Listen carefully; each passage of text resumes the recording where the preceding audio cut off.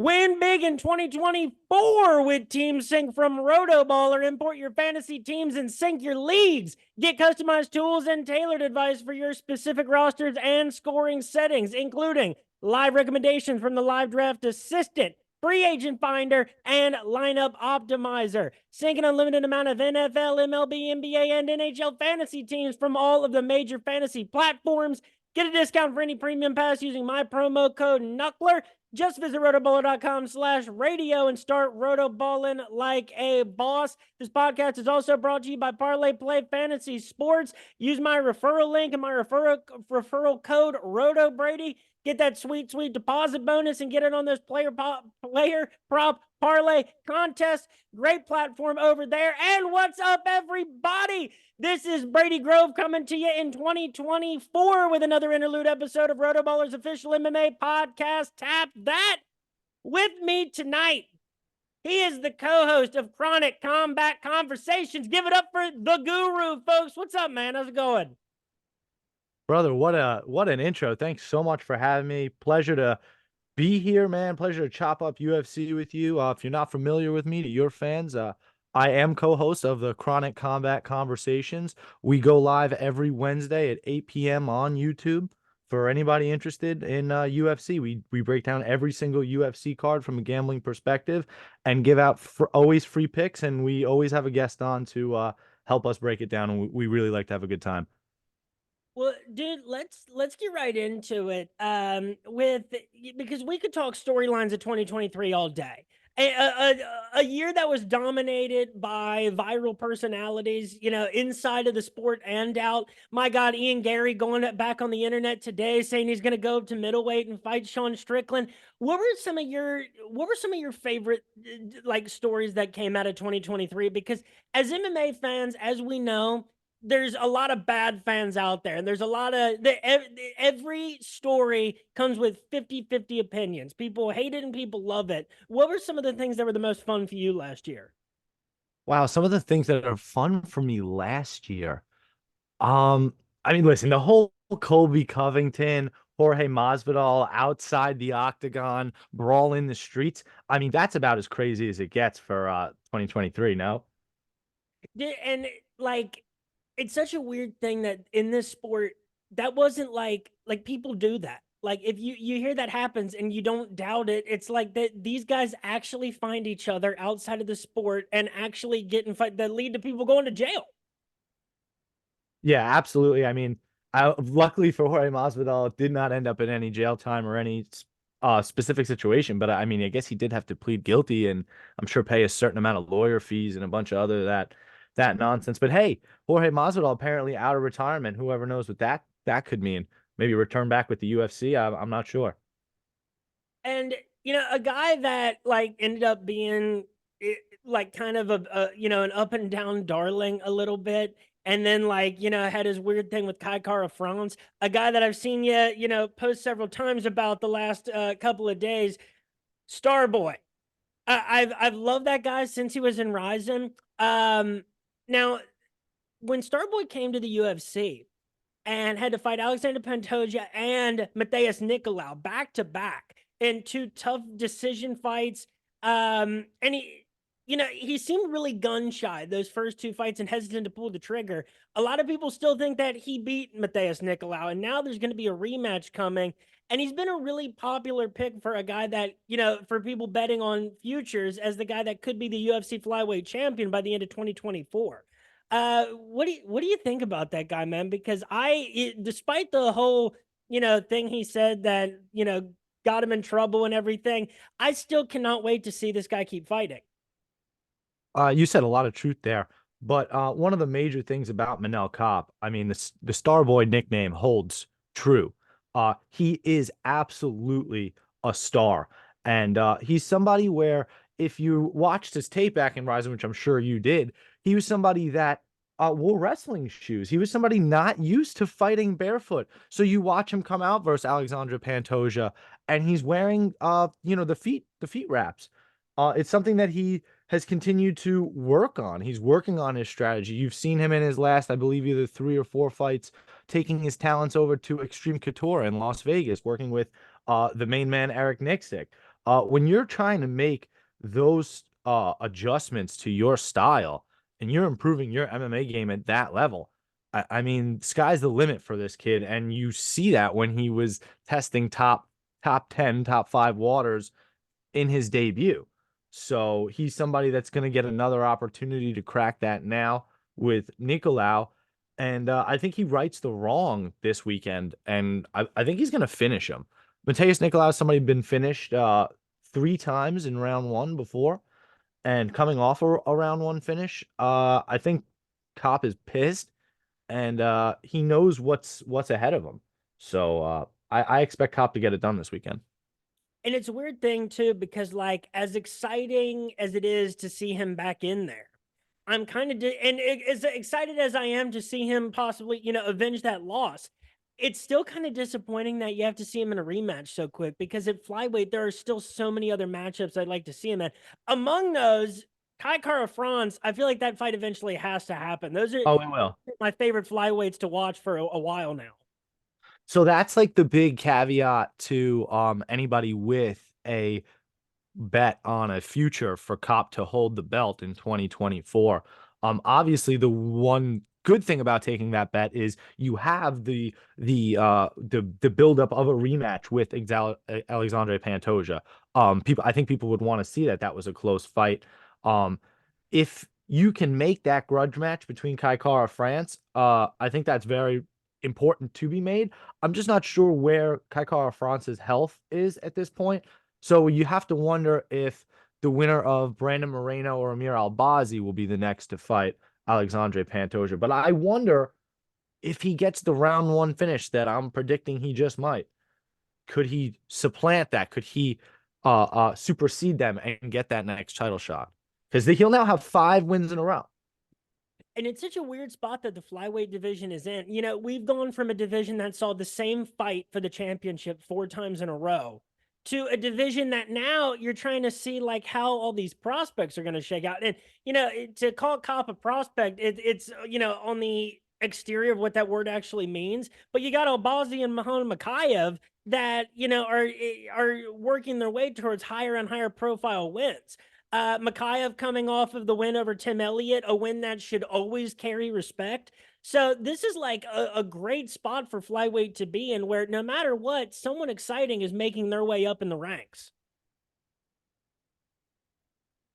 Absolutely. I mean, the flyweight division I don't know if you were a fan. A lot of people necessarily weren't before the COVID times, but there was a time when Dana White was very quietly, but not so quietly, shutting down the flyweight division. And it was up to Henry Cejudo versus TJ Dillashaw to save the flyweight division. And people don't remember that. But flyweight is now one of the most talent stacked and always has been one of the most interesting, because the lighter the weight class, the higher the technical skill. So you see some technical skills applied at flyweight and bantamweight that you just don't see at heavyweight and light heavyweight. So I love these fights. And one of these guys that I think you got to look out for is Steven Erceg, number 12 at the moment on the UFC rankings.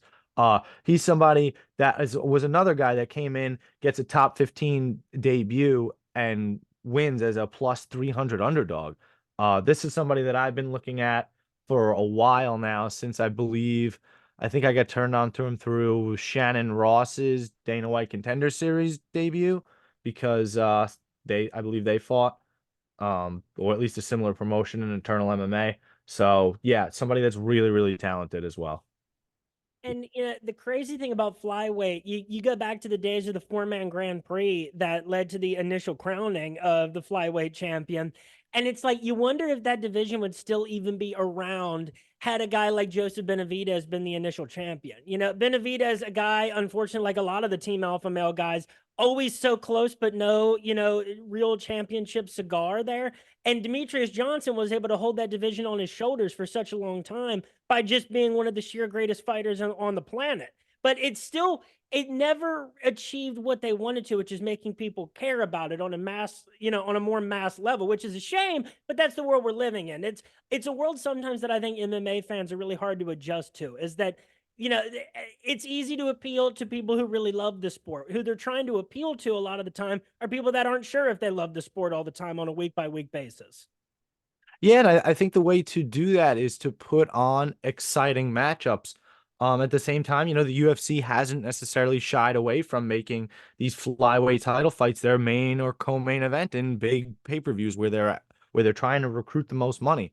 So obviously they didn't shut down the division, and I think they're starting to see when you got guys like Alexandre Pantoja and Brandon Moreno going to war for 25 minutes. I mean, these fights are my vote for fight of the year.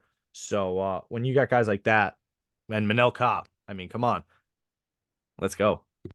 And that's the weird thing too about Pantoja, man. Like for how impressive this run has been, and people are still calling him the most underwhelming champion in the UFC. And it's like, wait, I think if that's the perspective you're holding, or at least that's the like negative connotation you're holding on the guy, like that's really more your loss because what he has done up to this point has been incredible. Yeah, I wouldn't agree with anybody that has that sort of narrative. But to me, that's like a hater narrative that people love Brandon Moreno, and I get it. I was there in Arizona when Brandon Moreno submitted Davison Figueiredo.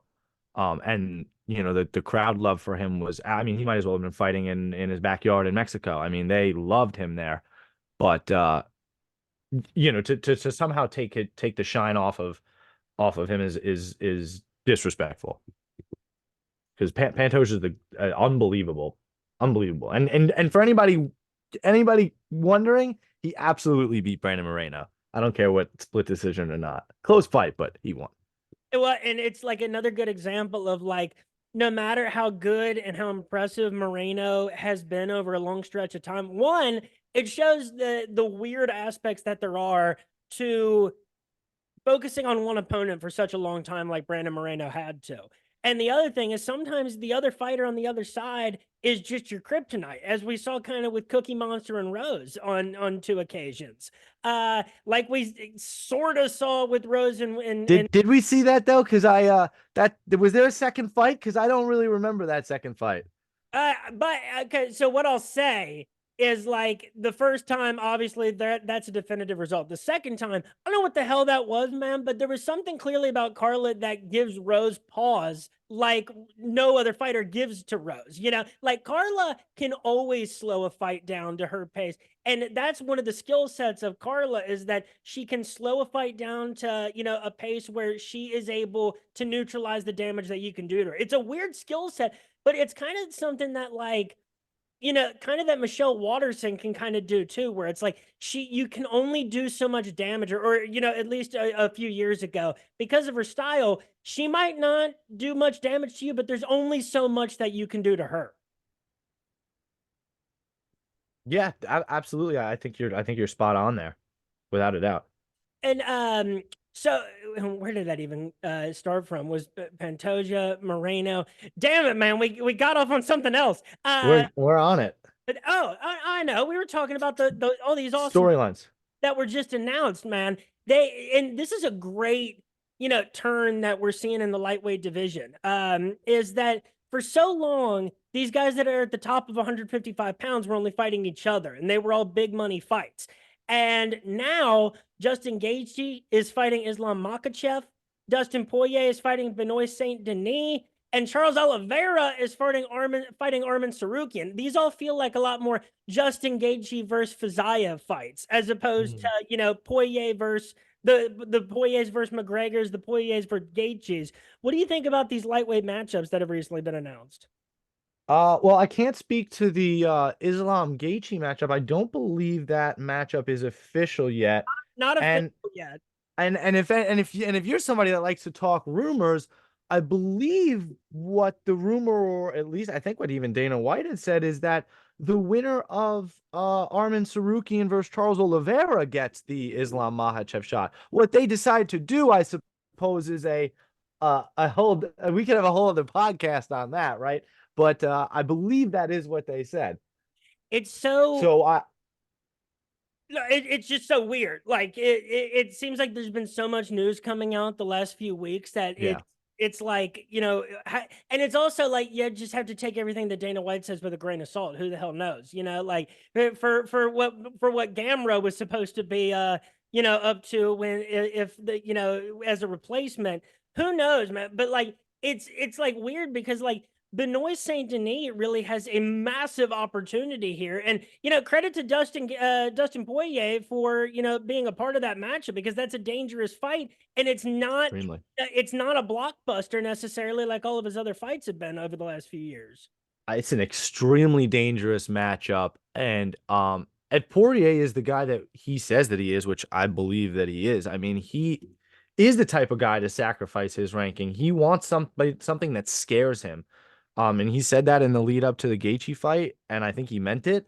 And I think he means it by taking this fight with Benoit Saint Denis.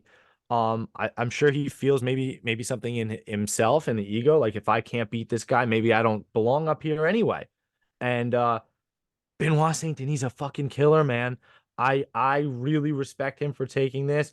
I was just thinking to myself, because I mean, I was on, some self-disclosure. I was on Matt Frivola over Benoit Saint Denis, had to ride with my hometown boy. But uh after watching that fight, I'm like, who's gonna beat this guy? Because Charles Oliveira is not gonna be able to grapple with him, and he doesn't have the chin for it. Like who he could take out almost anybody. So to see him get a chance with Dustin Poirier here is unbelievably exciting. And I believe the line opened as Benoit Saint Denis is an underdog and very, very quickly flipped. So now I believe Dustin Poirier is your underdog at like plus 120 or 30. Yeah, I think Poirier underdog, Oliveira underdog, both against in the matchups that were just I announced. I love Armin in that matchup personally. It's just so weird when at lightweight so many of these guys have only fought each other, you know, for a handful of years, and now there's kind of a new group of it's like the division is legitimizing, like it not legitimizing, but it's becoming less about, you know, the polarizing headlines and the, you know, the polarizing violent matchups, and it's more like, oh, this is like a real division again. It's not just the 155-pound BMF division anymore. Well, at the same time, I'm a little frustrated personally with Islam Makhachev's stagnation and holding up the division the same way Khabib did, and I'm a little frustrated with them kind of pushing this Charles Oliveira rematch again. Like I don't want that fight personally. I'm just not interested. But I mean, I guess I can understand anybody who does. It's not like I'm some Charles Oliveira hater. I love Charles DeBronx, but I don't think he's got a damn chance. Isn't it so funny that all you'd have to do is go on the internet and say something like, I think Charles beats Islam in a rematch, and watch the cavalcade of comments come in, violent for and against you. It's the two fan bases, man. I think that's why, you know, they're very vocal fan bases, you know, one way or another. And like there's nobody really in the middle. It's all like very angry conversation. This is kind of the thing about MMA fans. Is like there's not really room, you know, for either of these fan bases to be like, well, you know, who knows? Like maybe that happens again. It's I think what you're touching on, it's actually very funny. It's the exact reason why I started my show, and it's why it's called Chronic Combat Conversations, because it's not your regular breakdown show where you just come and you blah blah blah, you say your piece and we move on. No, I want a dialogue. I want to have a conversation, and an open and honest and fair one, and not one that you see with the wars on Twitter with negativity and name calling and just crazy behavior, which sometimes this sport uh does kind of attract those type of fans. But me and my co-host TB Scouting MMA, we are, and I'm Guru Scouting MMA, we are not those kinds of people, and we don't have that kind of show. So I love the conversation aspect. It's one of the reasons why I had agreed to come on with you today, was because I love talking about MMA basically in any aspect that I can. And I don't really get to dive into as much the behind the scenes. I do some of the narratives when it applies to breakdowns, like when it applies to maybe some sort of betting angle I would like, but I don't get to talk to it in a like a pop culture tabloid type of sense. So it's fun to talk about the headlines here with you.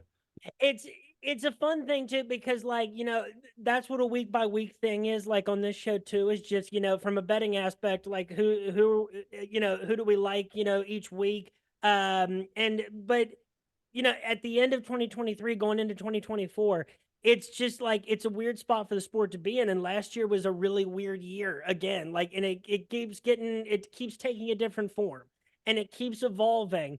And we just saw Francis Ngannou signed to fight Anthony Joshua. And it set everything ablaze again.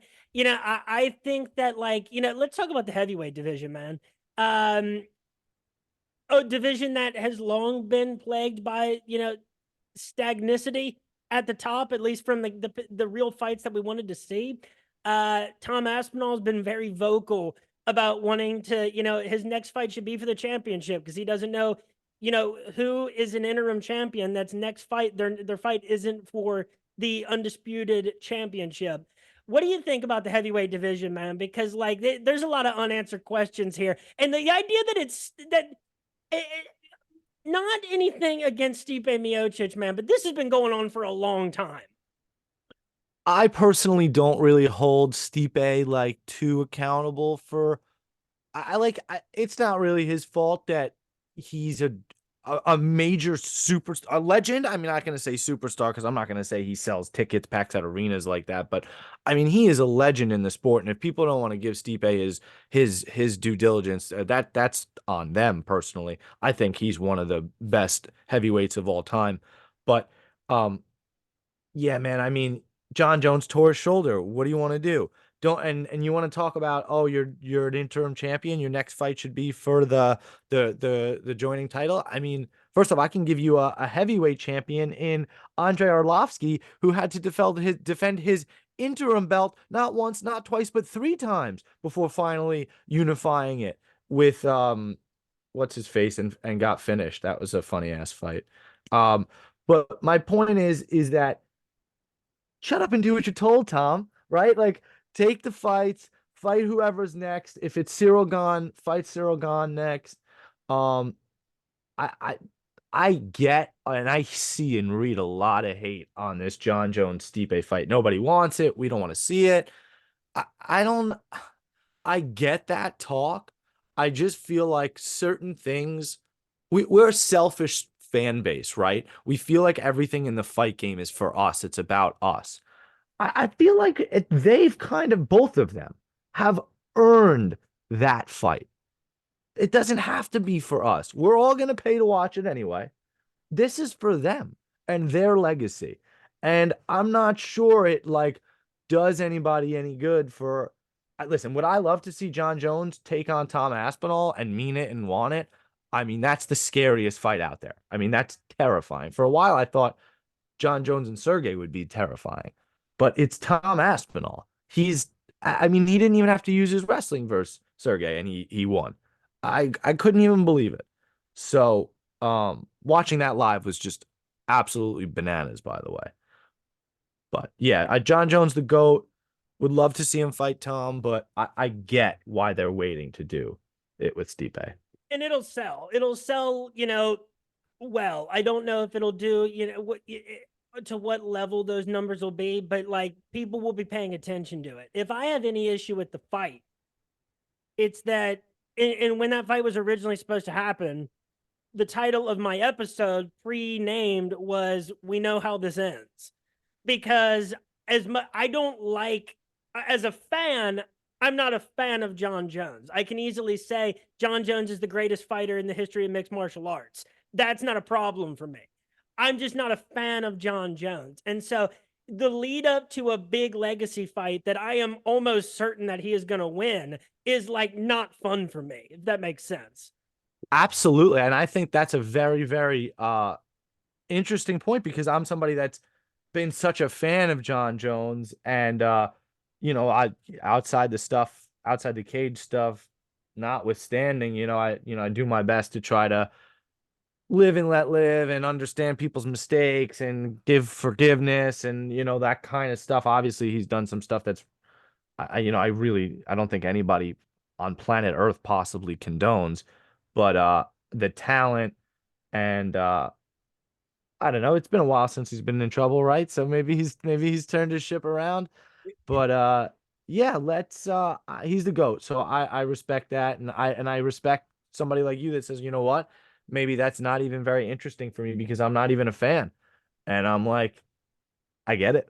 But at the same time, like as a guy who it's still like almost even more entertaining me. Like when Jones was fighting Cyril Gahn, and leading up to it, I was like, well, Gahn at like that underdog number, I kind of like because like John, this is coming up to heavyweight. Cyril Gahn is a guy that's kickboxing has looked phenomenal. The moment John Jones was walking out to the octagon, I said, "Ooh, he looks big, man. He's going to win." I got a sinking feeling, and it was like, dude, he's gonna. And then the way he did it, I was like, it's kind of like when Tom Brady won the Super Bowl with the Buccaneers. I was just like, well, what the hell do I even say anymore, man? Like that is all I need to say. Like, there's no point of doubting this guy until further notice. That's almost kind of how I felt as well, except I was completely on John Jones. I'd laid one of my biggest bets of the year on John Jones. Um, was very confident that he was going to win. I did not think that he was going to submit him in 3 minutes, but I felt that he was going to win. I didn't even necessarily think that he would wasn't I just wasn't sure if he would wrestle right away. And he took his back immediately. And Cyril Gahn is a complete fish out of water there, which is why, if I'm being honest, maybe I'm just like the hater of the bunch. It's why I don't care to see Tom Aspinall versus Cyril Gahn. That fight sucks. He's going to what's the difference? He's going right to the ground and he's going to get choked out. I don't care that he says he's made improvements. Cyril Gahn's lazy. That's come out time and time again. So I'm just listen, of course I want to see it, but like, I'm not like itching to for it. So you're to the point is and it's the elephant in the room, and I think that's what you're basically trying to say. The fight that everybody really wants is John Jones, Tom Aspinall. Just because, at least there's just a hint of intrigue. I actually have a question about what might happen as opposed to, the other fights that we're talking about right now.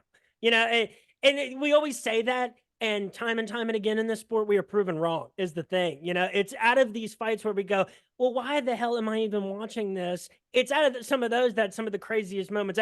I mean, Amanda Nunes, Juliana Pena, great example. It's when it's a foregone conclusion in your head, and then the unthinkable happens, is when some of the greatest moments come out of.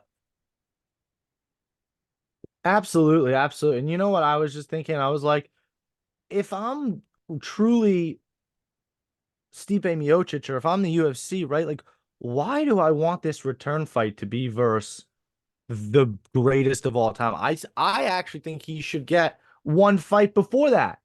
And as I'm looking through his resume, there's somebody who specifically comes out in my mind as he should be fighting. I think and I haven't heard anybody talk about this, and I just thought about this right now. So this is exclusive stuff we're talking about. What do you think about Stipe Miocic versus Curtis Blades?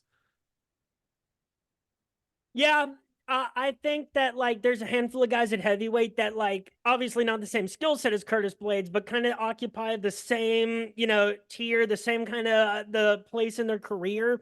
But like I think that is a well suited fight for Stipe. I think it's Right. it's not a fight that like it answers some questions at least at the end. Does he still have the skill set that allowed him to be successful for so many years and at the top? Yes. It's not like can Stipe out wrestle or out MMA Tai Tuivasa. That's not nearly as interesting. And a lot of guys at heavyweight that kind of occupied that space for a bit, it's kind of gone now. Like the Jairzinho Rozenstruks have kind of lost a little bit of their luster. In some of these matchups they've been in, and now you got a couple of prospects on their way up. Here's something. I want to get your take on this, man. Joe Almeida versus Derek Lewis. What do you think happened in that fight? I lost sleep over that fight, man. I have never seen a fighter who looked less determined to get an easy finish. I honestly think that Jalton is not as good as everybody has kind of made him out to be, at least at heavyweight. And I think Derek Lewis's sub defense has gotten a lot better. And when you look at the guys that have ever really been able to choke him out, who was it? Daniel Cormier, right? Who else choked him out? I'm trying to remember. Um, so It yeah. it was just in that fight. I don't know. It was one of the weirdest performances, honestly. Like so many statistical anomalies came out of that matchup. That like at the end of the day, you walked away really disappointed if you were a Derek Lewis fan because the whole thing is like I just hope that he gets to at least give us a hint that he might be able to land a big shot. And if you walked in as a huge Dalton supporter, it's like, well, damn man, we have a long way to go before we're where we thought we could be. Yeah, listen, the reason why maybe you thought he could get submitted by Jalton, and I certainly thought there would be a finish, was the Sergey Spivak fight as well, because other than the Daniel Cormier fight, he hadn't been submitted in the UFC. So it was very unimpressive of Jalton to not be able to get a finish. And it's what makes his fight with Curtis Blades all the more interesting because it's going to be all about Curtis Blades' fight IQ. And it's just crazy for like, I mean, it's impressive. It speaks to, the kind of legacy that he did have. It's just crazy that we're still talking about the Stipe return, at his age and for, what kind of layoff it's been. And it's just such a tall task to ask someone to come back against John Jones, who looked exactly like John Jones without a step lost.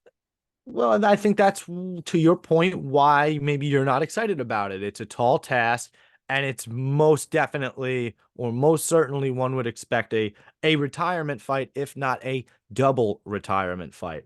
So I can understand everybody's resistance to it.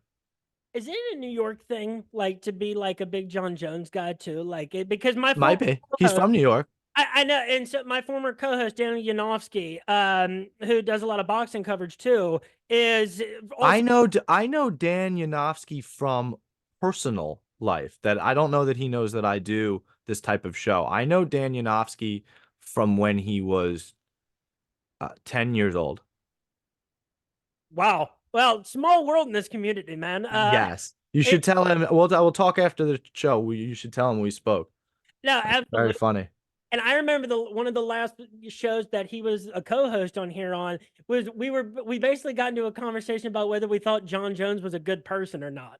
And so now after a little bit of this, I was like, I wonder if it like I mean, obviously him being from New York helps, but like I was like, well, that's 2 for 2 on people from on New York people that I've talked to on the subject.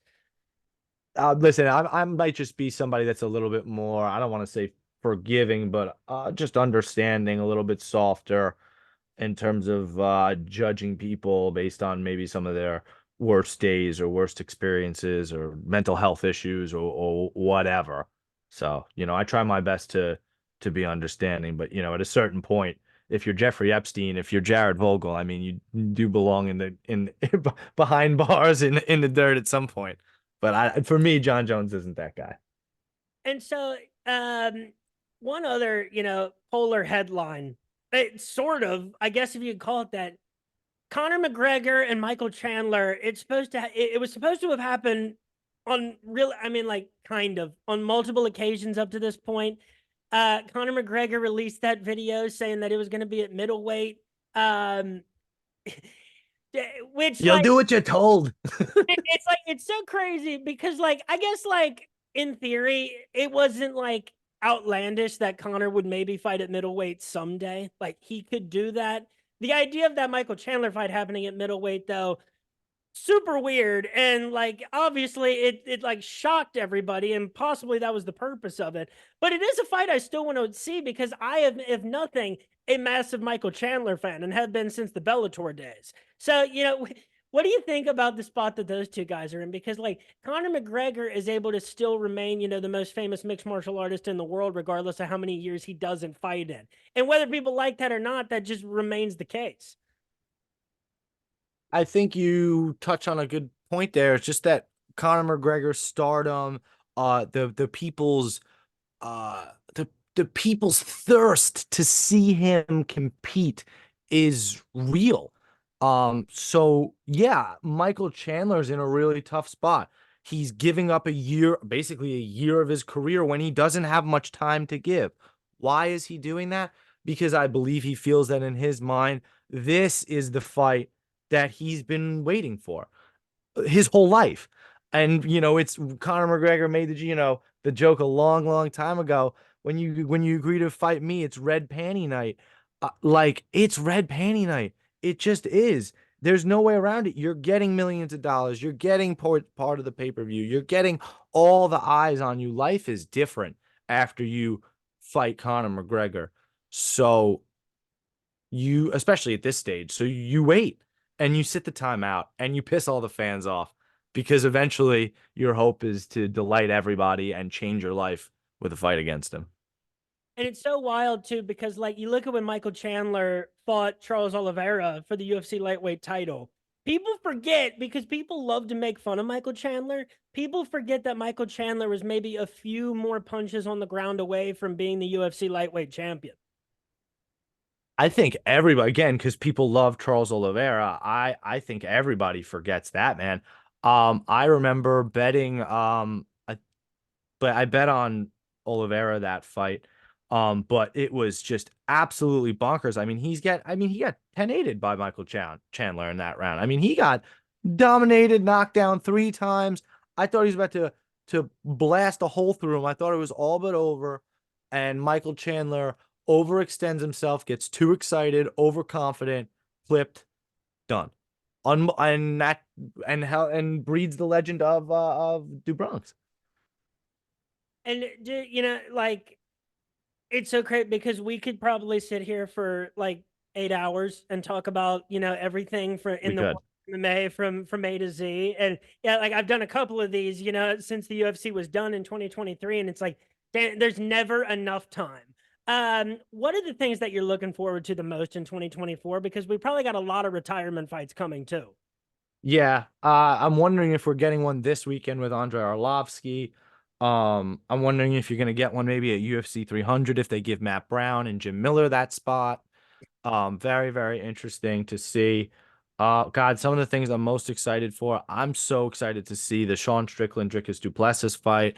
I'm excited to see Ilya Topuria versus Volkanovski. Oh my goodness. I mean, just the amount of fights that are to come next year is incredible. UFC 299, how do you even get more stacked than that? How are they going to stack UFC 300 more than UFC 299? I mean, my goodness. And the JDM Gilbert Burns fight is phenomenal. That is Incredible. great matchup. Oh my God. On that card also, Pyotr Yan, Song Yadong, awesome. Great to see that. Kevin Yeah. Holland and Michael Venom Page. That's one of the things that I wanted to bring up when you said things I was most interested in or storylines I was interested. I was this close, but you asked me for last year. I thought it was coming into this year. That was the first thing I was going to say was Michael Venom Page entering the UFC octagon for the first time. That is an unbelievably incredible matchup, and I love to see that. My God, Pedro Munoz, Kyler Phillips, Matus Gamero and RDA currently slated on the prelims. Lauren Murphy and Karine Silva, like that card, and that's UFC 299.